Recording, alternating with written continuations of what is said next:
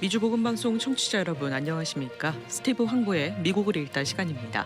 이 방송은 현 미국의 상황을 제대로 알고 급변하는 상황 속 크리스천들이 나아가야 할 방향을 성경적 관점에서 찾아보는 목적을 가지고 있습니다. 이 시간 함께하실 스티브 황보 장로님은 전 라팔마 시장과 오렌지 카운티 시 협의회장 역임 등 정치와 교육계의 다양한 경험을 가진 분입니다. 스티브 황보 장로님 나오셨습니다. 안녕하세요. 네, 안녕하세요. 네. 오래간만이네요. 오랜만입니다. 자, 오늘 이 시간에도 우리 복음방송 청취자분들이 꼭 아셔야 되는 미국의 이슈들 다양하게 이야기해 볼 텐데요. 네, 먼저 오늘이 4월 29일 4.29 LA 폭동 30주년 기념일이죠. 예, 정확하게 오늘이 4월 29일이네요. 네. 방금 말씀하신 대로 30주년. 그러니까 1992년에 4월 29일 날 있었던 폭동.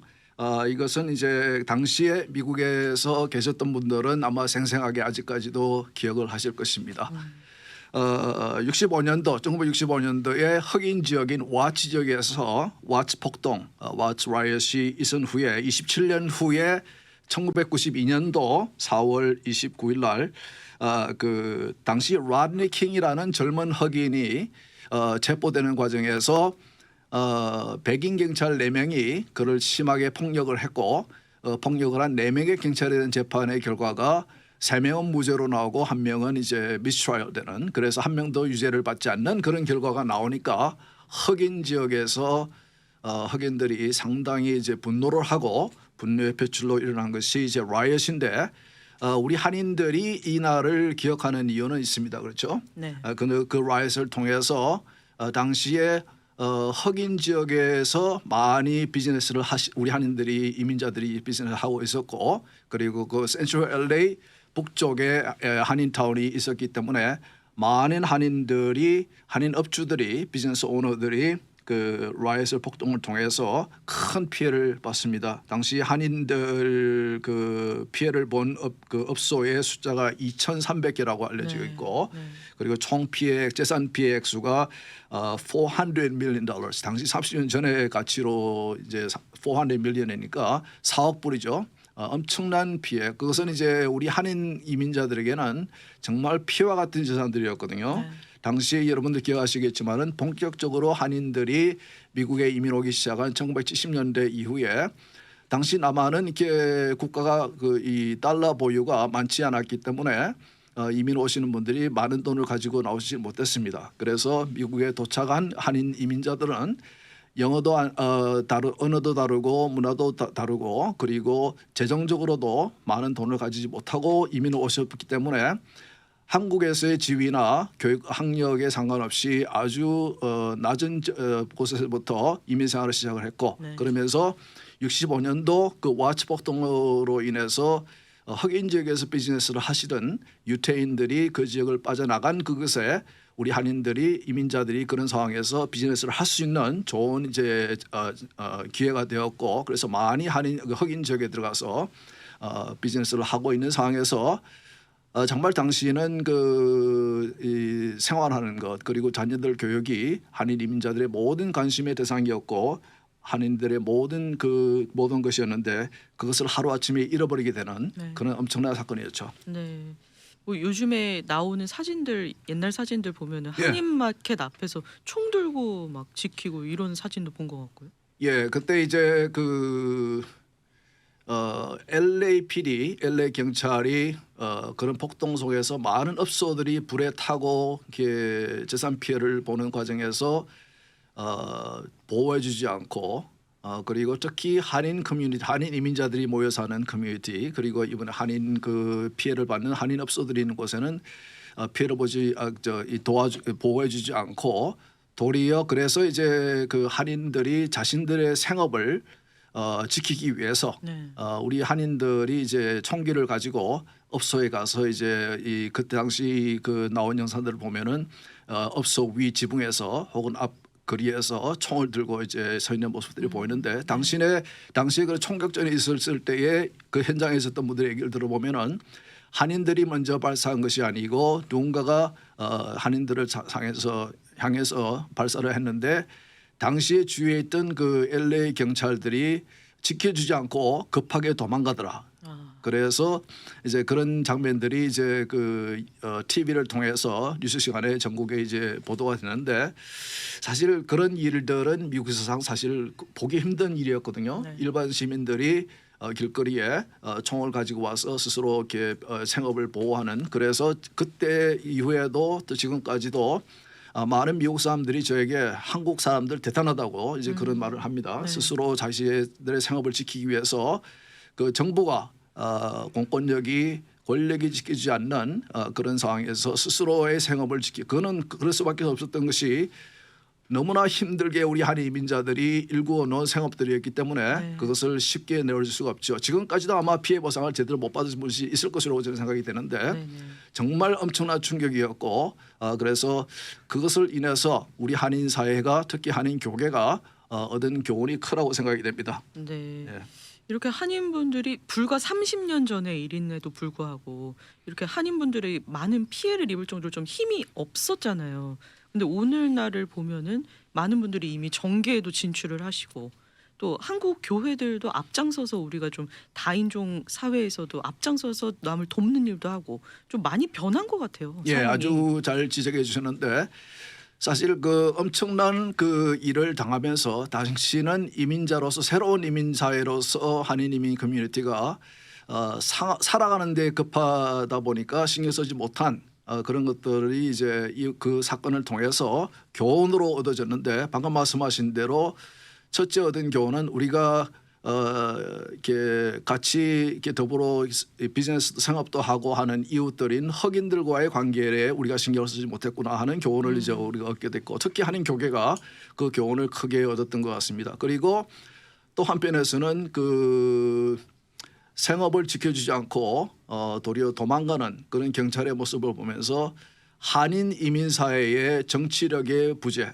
정치력이 없음을 크게 교훈으로 얻었던 것 같습니다. 그래서 그때 그 현장을 본 많은 젊은이들 가운데는 정치적인 그런 이제 꿈을 가지게 된 분도 있고 실제로 정치에 진출도 해서 이제는 뭐 앞으로는 지금도 많이 계시지만은 앞으로부터 더 많은 우리 한인들 또 한인 2세 3세들이 당시에 어린 나이에 있던 2세들도 그런 모습들을 보면서 정치 쪽에 진출하려고 꿈을 가졌던 분도 많이 계시고 네. 그분들이 지금 정치에 이제 진출을 하고 계시죠. 네. 그리고 한인 교계는 우리 그 같이 이웃하면서 이렇게 비즈니스도 하고 살아가고 있던 흑인 커뮤니티와 관계에 대해서 물론 이제 이유는 있죠. 언어가 힘들고 여러 가지 문화적인 어려움이라든지 그런 것이기 때문에 또 이민 그 생활을 하면서 상당히 이제 힘들었던 어렵게 살아가는 그 한인 커뮤니티가 그 미처 거기서 이제 그런 관계를 생각할 만한 여유를 가지지 못한 것인데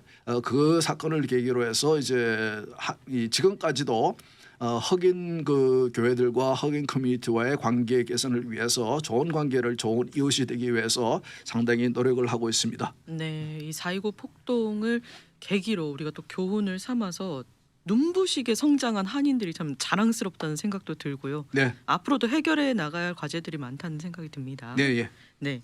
자, 이번에는 경제 이야기 좀 해볼게요. 이번 주에 발표된 경제 수치들만 봐도 좀 충격적인데요. 미국의 인플레이션 상황이 좋지가 않습니다. 네, 이번 주에 그 발표된 경제 수치는 이제 GDP, GDP가 그 2022년 올해의 첫 4분기, 1사분기의 GDP 성장에 대해서 이제 발표가 나왔죠. 네. 발표가 나왔는데 그러니까 그 전 분기인 4분기 작년 마지막 분기에는 6.9%의 GDP 성장이 있었고 올해 첫 4분기는 이렇게 적어도 1% 이상의 성장이 있을 것이라고 이제 모두가 전문가들 예상을 했는데 네. 발표된 수치는 마이너스 성장이었습니다. 네. 1.4%의 마이너스 성장. 그러니까 GDP가 미국의 경제 규모가 늘어나지 못하고 확장되지 못하고 도리어 줄어들었다는 얘기예요. 네. 이제 이것이 지금 그 큰 염려를 불러키고 있고 여러 가지 이제 영향을 끼칠 것 같은데 특히 이제 다음 주에 수요일에 있는 그 연준의 그 회의 거기에서 다음 주에 이제 얼마만큼 이자를 더 올릴 것인가에 대해서 이제 결정을 하게 되는데 네. 지금까지는 이제 그분들 스스로가 이번엔 적어도 0.5% 정도는 올려야 될 것 같다고 상당히 이제 좀 공격적인 저돌적인 그런 이제 전략을 쓸 것이라고 예상을 스스로 발언을 해왔는데 이 정도로 경제 성장이 후퇴를 한다 그러면은 굉장히 그분들에게는 이게 쉽지 않을 것입니다. 이게 그래서 제가 전에도 말씀드렸지만은 이미 연준이 인플레이션에 관해서는 일찌감치 이렇게 해야 될 그 일을 못 하고 계속 이제 지금 너무 이게 앞에서 인플레이션을 억누르는 정책을 쓰기보다는 뒤로 쫓아가면서 조절을 하는 그런 정책을 써왔기 때문에 굉장히 좀 이렇게 갈등 속에 있다고 제가 말씀을 드렸는데 이번에 GDP 처음으로 이제 마이너스 성장을 하는 이런 수치가 나온 걸 보면서 상당히 충격을 받았고 다음 주에 나올 그 결정할 그 이자율도 상당히 영향을 받을 것으로 저는 생각이 됩니다. 그런데 무엇보다도 이제 지금 뭐 올해는 중간 선거가 있고 지금 이제 몇 주 후면은 이제 예비 선거가 시작이 됩니다. 그러니까 이런 것들이 중간 선거와 맞물려서 크게 지금 여러 가지 영향을 끼치고 있는데 왜냐하면은 유권자들이 정부의 잘하고 못하고를 판단하는 기준에 있어서 가장 먼저 생각하는 것이 경제적인 것이거든요. 그렇죠. 인플레이션도 그렇고 이제 여러 가지. 근데 지금 인플레이션을 보면은 계속 인플레이션이 이제 지속되고 있지만은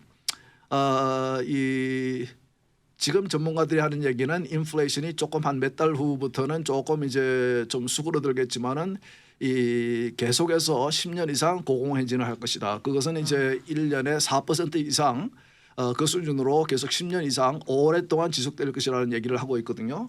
그것에 맞물려서 이제 지금 오늘도 그 GDP와 같이 발표하는 수치를 보게 되면은 소비자의 그 스펜딩, 소비자의 지출이 계속 늘고 있습니다. 그는 소비가 계속 늘고 있고 그렇기 때문에 인플레이션을 더 부추기는 것이거든요. 그렇죠. 그러니까 이런 식으로 가다 보면은 지금 현재 그러니까 이 많은 분들이 80년대 그 초에 미국에서 살으실 분들은 이제 제가 전에 말씀드린 대로 지미 카터 때의 정권 때의 그 상황을 생각을 하게 되는데 그때도 기름값이 가스값이 굉장히 올라갔고 이자율이 엄청나게 인플레이션이 엄청나게 올라가는 이제 그런 상황이었는데 그때는 연준이 굉장히 그 극적인 그런 대처를 통해서 이자를 20%까지 올려서 인플레이션을 막아내는 이제 그런 정책을 썼었는데 지금 그 연준은 그런 이제 매파적인 그런 정책 전략보다는 비둘기파듯이 온건한 이제 정책을 쓰고 있기 때문에 이런 식으로 인플레이션을 뒤를 쫓아가다 보면은 어떤 상황이 생겨나면 인플레이션이 수그러들기 위해서는 가격이 어느 수준까지 올라가게 되면 소비자들이 이제는 더 비싸서 더 이상 못 사겠다. 소비를 못 하겠다 하는 그런 시점에 오게 되거든요. 그런 시점에 오게 되면 자연히 이제 소비가 줄어들면서 이제 좀 가격이 이제 인플레이션이 좀 수그러드는 이제 그런 상황이 오게 되는 거거든요. 근데 지금은 이제 보면은 오늘 발표된 수치들 보면은 GDP는 이 마이너스 성장을 했지만은 소비자의 소비는 도리어 더 늘었다는 것은 이만큼 제가 전에도 말씀드린 대로 지금 바이든 정권은 지금 이제 중간 선거를 앞두고 이 인플레이션이라든지 가스 가격이 오르는 것이란 이런 것들을 자신의 정책의 문제가 아니고 이 전쟁 그리고 이게 러시아의 푸틴 이런 사람들에게 이제 책임을 전가하고 있지만은 그러나 사실은 이 지금까지 바이든 이 정권이 들어선 후에 엄청나게 그 국민들에게 나누어진 예산들 그런 것들이 소비자들이 지출을 함으로 해서 소비자의 그 지출이 계속 늘어나는 상황 속에서 소비가 그러니까 전에도 말씀드렸죠. Too much money chasing too few goods. 너무 많은 돈이 얼마 되지 않는 그 상품들을 쫓아가기 때문에 그래서 소비가 아직까지 줄어들지 않은 상황에서는 계속해서 물가가 늘어날 것이다. 그리고 이자를 연준이 뒤에서 쫓아가면서 인플레이션을 막지 못하고 있는 전략을 쓰고 있는 상황에서는 계속해서 인플레이션이 생길 수밖에 없다. 이제 그런 지금 말이 지금 나오고 있거든요. 그런 것을 볼 때에 절대로 이 올해 중간 선거는 그 민주당 특히 바이든 정부에게 참 크게 염려해야 되는 그런 상황입니다. 그래서 양쪽에서 지금 판단하기는 올해 선거는 확실하게 공화당이 이길 것이라고 지금 생각을 하고 있거든요. 거기다가 지금 여러 가지 그 바이든 정권과 민주당 쪽에 악재들이 쏟아지고 있는데 뭐 예를 들어서 지금 말씀드린 뭐 그런 경제적인 것도 있지만은 지금 바이든 대통령의 아들 헌터 바이든이라든지 대통령의 동생 짐 바이든이라든지 바이든 대통령이 부대통령으로 있을 때에 그 자신의 지위를 이용을 해서 그 아들과 동생이 외국의 여러 가지 기업들에게서 돈을 받은 거 네. 그런 것들 특히 이제 뭐 예를 들어서 멕시코로 부대통령이 전용 비행기를 타고 갈 때에 아들의 사업 파트너를 데리고 멕시코에서 사업을 하기를 원하는 그 파트너들 데리고 가서 정부 사람들이 소개도 시키고 그런 것들이 전에부터 꾸준하게 이제 말은 나왔는데 네. 바이든 대통령이 지금까지 공식적으로 최근에까지도 계속 얘기하는 것은 나는 그 내 가족의 그 사업에 대해서는 전혀 아는 바가 없다.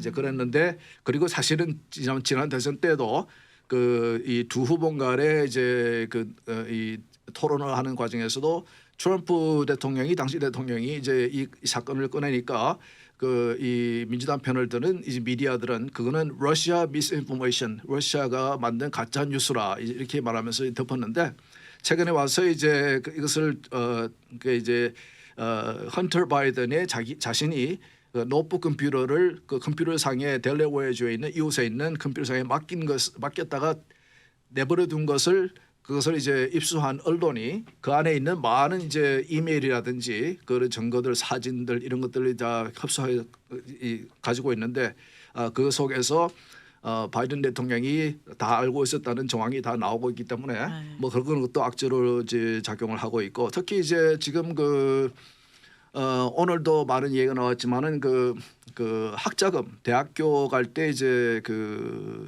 요즘 대학교 학비가 너무 비싸니까 학비를 이제 융자를 받지 않습니까? 네. 어떤 분은 좋은 대학에 입학을 하고 입학 허가를 받고도 경제적으로 이렇게 비싼 학교들은 1년에 수만 불씩 하니까 학비가 그러니까 이제 입학을 포기하는 분도 계시고 어떤 분들은 부모님들이 자식들의 대학 교육을 위해서 오랫동안 저축을 해서 그래서 이제 대학을 보내는 그래서 많은 희생을 하시는 분들이 계신데 근데 이제 지금 현재 미국 사람들 중에서 대학교 학비에 관련해서 융자받고 진 부채 총액이 1.6 트릴리언 달러라고 그러니까 미국 연방 정부 전체 1년 예산의 한 3분의 1 이상을 넘는 엄청난 수거든요. 근데 이것을 지금 이제 샌더스 상원의원이라든지 AOC 하원의라든지 이 사람들이 지금 계속해서 이것을 뭐라고 그러죠? forgiveness 탕감해 주라. 1.7 트릴리언 그러니까 각 개인이 대학교 갈 때에 내가 돈을 빌려서 학교를 다니고 학교를 졸업한 후에 갚겠습니다라고 계약서를 작성하고 서명을 하고 한 그것을 다 탕감을 해주라는 이제 요구를 받고 있거든요. 근데 이것을 지금 이제 바이든 대통령이 지금 굉장히 고민을 하고 있어요. 이것을 탕감해 주면은 경제에 미치는 특히 인플레이션에 오는 영향이라든지 여러 가지 평등의 문제라든지 여러 가지 문제들이 있기 때문에 지금 아직까지도 고민을 하고 있다고 오늘도 발표를 하던데 그러나 고민을 하는 이유가 뭐냐면은 이 중간 선거 때문에 그분들 이것을 기대하는 그러니까 개인이 은행과 계약을 서로 서명을 하고 융자를 받아서 대학을 다닌 자신의 부채임에도 정부가 갚아달라고 탕감을 해달라고 하는 탕감이라는 건 사실은 정부가 갚아주는 게 아니고 세금을 내는 사람들이 갚아주는 거죠. 그렇지 않으면은 이제 정부에서 이 돈을 찍어 가지고 그 돈을 갚아줘라는 것이죠. 1.7 트릴리언 달러라는 그것이 들어와야 되는 돈을 안 들어오게 되면은 결국은 내가 돈이 없어서 혹은 그 많은 학비를 내기 힘들어서 입학 허락을 받고도 입학을 하지 않고 혹은 대학을 가지 않고 직업선언에 뛰어드신 분들 혹은 스스로 이렇게 희생을 하고 저축을 해서 내가 스스로 대학 학비를 해결하신 분들은 뭐가 되느냐 이제 그런 이슈가 있고 그리고 이제 그래서 탕감을 하게 되면은 결국은 그런 식으로 학비가 부담이 돼서 학교를 안 가신 분들은 자신은 정작 대학을 학비가 돈이 없어서 못 갔지만은 이 정부가 그분들의 학비를 탕감해 줌으로 인해서 내가 그분들의 탕감을 받은 분들의 학비를 세금을 통해서 대주게 되는 정말 말도 안 되는 그런 이제 그것은 어떤 발상에서 나오냐면은 우리가 제가 말씀드렸지만 자유민주주의 국가는 개인적인 자유를 굉장히 중요시 여기지만 또 개인적 스스로가 결정한 것에 대한 책임도 개인이 지는 이제 그런 생각인데 상당히 사회민주적인 사회가 국가가 개인의 잘못한 것에 대해서 책임을 져주는 이런 것들이 이제 발상이 되어서 이런 이제 요구들이 나오고 있는데 네. 지금 뭐 하나도 중간선거 사실 뭐 정치권에서는 중간선거를 앞두고 뭐 지금 뭐 전쟁이 지금 일어나고 있는데 이 상황에서 바이든 정권에게 민주당에게 참 이렇게 좀 희망적인 그런 이슈들은 아직까지 보이지 않는 것 같습니다. 맞습니다. 예. 자, 이번에는 우리가 사는 캘리포니아주로 가보도록 할게요. 저희가 몇 주 전에도 이야기 나눴는데요. 이 크리스천들이 우려하는 법안이 있죠. AB 2223 법안인데요. 예. 현재 진행 상황이 어떻게 되고 있나요? 예.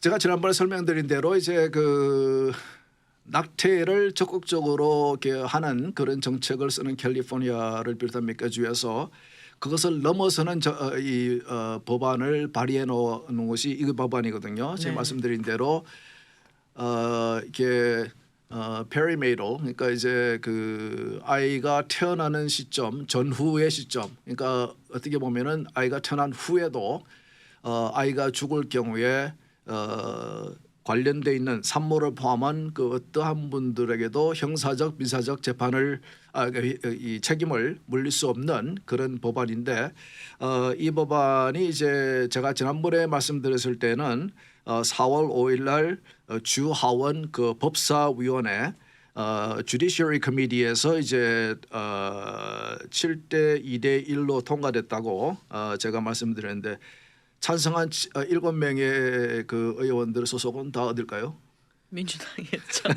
이제는 조금 추세를 이해하시겠죠. 그리고 반대한 2명은 저는 다 공화당이었습니다. 네. 그리고 그 한 2주 후에 4월 19일 날 주하원 그 헬스 커미티 헬스 위원회에서 또 이제 히어링이 있었고 표결을 통해서 통과가 됐는데 그날은 그 세크라멘토 주 그 의회 의사당 그 앞마당에 제가 그 지역을 잘 아는데 한 2,000명에서 3,000명 정도가 모여서 이렇게 이 법안에 반대해 달라고 그때 이제 집회를 했습니다. 네. 근데 눈 하나 깜짝 안 하고 11명이 찬성하고 3명이 반대하고 1명이 기권을 했는데 투표를 안 했는데 찬성한 11명은 다 어느 당 소속일까요? 민주당. 예, 민주당 소속이었고 반대한 3명은 다 공화당 소속이었습니다. 그러니까 이제 이 태의 인권을 태의 생명을 지키는 이슈에 있어서 양 정당의 확실한 이 입장의 차이가 이제 우리는 뭐 이 법안 이전에도부터 우리가 알고 있었지만은 이번 법안을 통해서 이제 진행 과정을 보면서 네. 다시 한번 확인이 되는 것 같고 이제 다음 이제 순서는 5월 4일 날 다음 주에 그 Appropriation Committee 한국말로 하면 세출위원회에서 똑같이 이제 심의를 하고 이제 표결을 하게 되고 제가 볼 때는 뭐 충분히 통과가 됩니다. 네. 그래서 그렇기 때문에 이제 하원의 본회의에 가서 투표를 하게 되고 하원 본회의에서 가게 되면은 상원에 주 상원에 보내져서 투표를 하게 되고 위원회를 거치고 그리고 똑같은 과정을 통해서 이제 되는데 뭐 민주당이 이런 입장을 확실하게 확고한 입장을 이제 가지고 있기 때문에 이 법안은 확실하게 주 의회를 왜냐하면 이제 여러 번 말씀드리지만은 민주당이 주 하원과 상원을 확실하게 4분의 3 이상을 장악을 하고 있기 때문에 이러한 입장을 보고 있는 민주당이 분명히 통과를 시킬 것이고 그러면은 이 법안을 사인하기 위해서 기다리고 있는 뉴섬 주지사는 분명히 서명을 해서 이제 법안이 될 것입니다. 네. 그러니까 수천 명이 세크라멘토까지 날아가서 혹은 운전해 가서 이렇게 반대를 하고 공청회를 통해서 발언을 하고 이것은 태아 생명을 죽이는 것이다. 그러니까 그분들은 그 산모의 권리만 지키려고 하지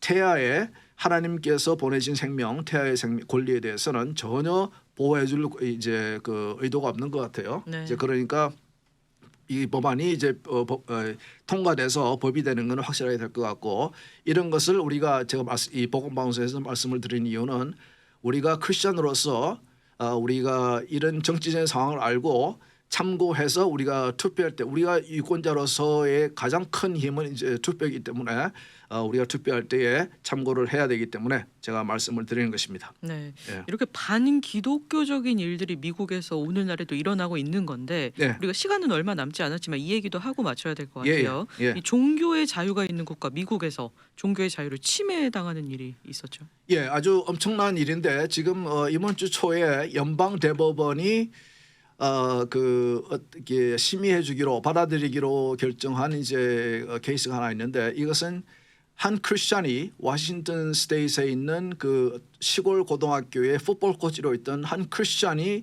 경기가 끝난 후에 잠깐 15초에서 30초 정도 경기장 한가운데에서 하나님께 감사와 영광을 돌리는 기도를 개인적인 기도를 드려드린 것에 대해서 그것으로 인해서 fire 당했어요. 한국말로 fire 해고당했죠. 해고를 당했습니다. 네. 해고를 당한 것에 대해서 뭐 그럴 수도 있지 하고 넘어갈 수도 있지만 이분은 끈질기게 소송을 걸어서 그 연방 지방법원에서 패했고 연방 항소법원에서 패했고 그래서 이번에 계속해서 연방 상원에게 연방 대법원에게 심의를 해달라고 7년 동안 지금까지 끈질하게 꾸준히 요구를 해서 이번에 받아들였습니다. 받아들여서 이제 oral argument가 이번 주에 있었는데 제가 들어봤습니다. 한 2시간 정도 이제 oral argument를 했는데 그것은 이제 양쪽에서 이제 변호사들이 나오고 그리고 이 대법관들이 앉아서 그들에게 이제 질의를 합니다. 질의를 하고 답을 이렇게 question and answer 세션인데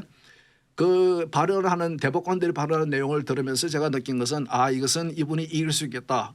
이제 그런 판단이 들더라고요. 그거는 역시 이제 보수 성향의 그 대법관들이 그 수적으로 우위를 차지하고 있기 때문에 크게는 6대3 정도로 적게는 5대4 정도로 이길 수 있겠다라고 저는 생각하는데 제가 왜 이번에 이렇게 끈질게 하는 것에 대해서 감사하게 생각하느냐면은 이것이 패소하는 것이 혹은 이제 직업을 신앙의 표현을 통해서 잃는 것이 이게 판례가 되고 그리고 이게 관례가 돼 버리면은 앞으로도 미국에서는 이 직장에서 혹은 내 일터에서 내 신앙의 표현을 한 것에 대해서 그러니까 이제 그 종교의 자유 혹은 이제 freedom of expression, freedom of speech, freedom of religion 이런 이 자유민주주의 국가에서 근본적으로 보호받아야 하는 것들로 인해서 이렇게 해를 받는 것이 이 관례로 남아서는 혹은 판례로 남아서는 안 되는 것이거든요. 네. 큰 앞으로도 영향을 끼칠 것입니다. 그러니까 이분이 이제 조금 더 설명을 드리자면은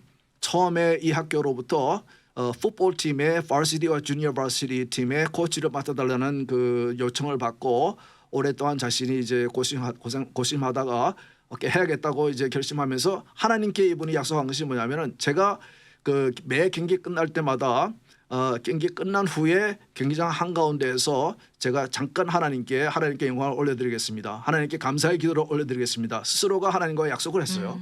그래서 7년 한 반 동안 아무 문제 없이 본인이 매 경기가 끝난 후에 경기 중인도 아니고 경기 시작 전도 아니고 경기 끝난 후에 하나님과 약속한 대로 이분이 그 경기장 한가운데 서서 하나님께 경기를 패건 경기를 뭐 이겼건 상관없이 매 경기 후에 경기장 한가운데 서서 하나님께 영광을 올려드리고 하나님께 감사 기도를 올려드렸는데 그것도 짧게 그런데 이제 오랫동안 하다 보니까 그 팀에 있는 그 선수들 중에서 크리스천 학생 2명이 와서 코치님 그 경기 끝나고 경기장 가운데서 뭘 하십니까? 그러니까 설명하니까 그럼 우리도 동참해도 되겠습니까? 뭐 자유국가니까 너희들 하고 싶으면 해라. 네. 그래서 이제 모였고 결국 어디까지 갔냐면은 상대 팀의 코치들과 상대 팀의 선수들까지 그것을 알고 경기가 마친 후에 같이 기도에 동참하는 그런데 어떤 계기가 돼서 이렇게 면직이 됐냐면은 상대 팀에서 그 학교의 교장 선생님이 전화해서 야 정말 훌륭합니다.